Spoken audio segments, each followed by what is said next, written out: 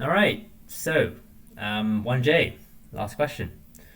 Which is the largest of the following numbers? So, well, there's some square roots and some logs going on. Which is really annoying. Okay, so now first thing is that I really hope to get rid of this log thing because the other ones are square roots. Square roots are actually quite easy to deal with if you think about it because you could square the thing and then compare. Like for example, you could say, okay, is this one bigger than five or not? Well, you check, right? You check. So you could square to check. Like you do this, and then you say, okay, 5 squared is 25. So 5 is greater than root of 24. You can make that claim, right? Because the numbers are positive. Okay, so square roots are actually easy to deal with when we're comparing the magnitude of numbers. But logs are really annoying. Okay, so let's try to compare b with d first, because it actually looks similar. So b is 5 on 4. And the thing is that we know, log 2 of 30 is less than 5.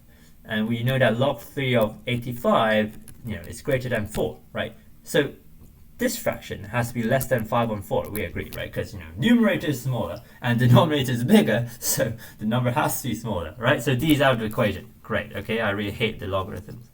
Okay, so now I'm left with a, c, e.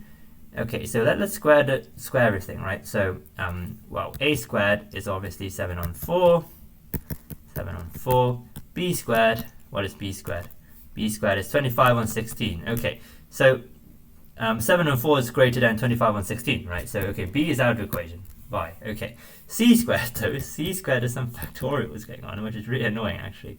Okay, so actually, I want to write the whole thing out because the things might cancel, and that's the thing. Okay, well, I don't need to write that because obviously it cancels with a 6 factorial down there, doesn't it? Okay, and then 3 squared times 6 factorial squared. Okay, 6 factorial cancels, right? And then 3 squared cancels with the 9, so we're left with 10 times 8 times 7 over, well, 1, 2, 3, 4, 5, 6, right? So 1 times 2 times 3 times 4 times 5 times 6. Okay, cancel out more stuff. So, tactically, let's cancel out the 10, and then the 8 cancels to 2, cancels to the 6, so this is 7 over 9, right? Hopefully, I didn't mess myself up there. Okay, so that's 7 over 9. Well, 7 over 9 is obviously smaller than 7 over 4, right? Okay, so C is incorrect, so bye. Alright, let's check E. E squared. E squared is 1 plus root 6 over 3. That is something over 9. What is that? 7 plus 2 root 6. Okay, 7 plus 2 root 6 over 9. Okay, so think about what sort of think about how to compare these things. Okay, let's go to a common denominator first. That might be helpful, right? This is 36 over 63, or I mean the other way around, 63 over 36. And this thing is 28 plus 8 root 6 over 36, right? Okay, well, so we have to think about, okay, which one is bigger? So is 8 root 6 bigger?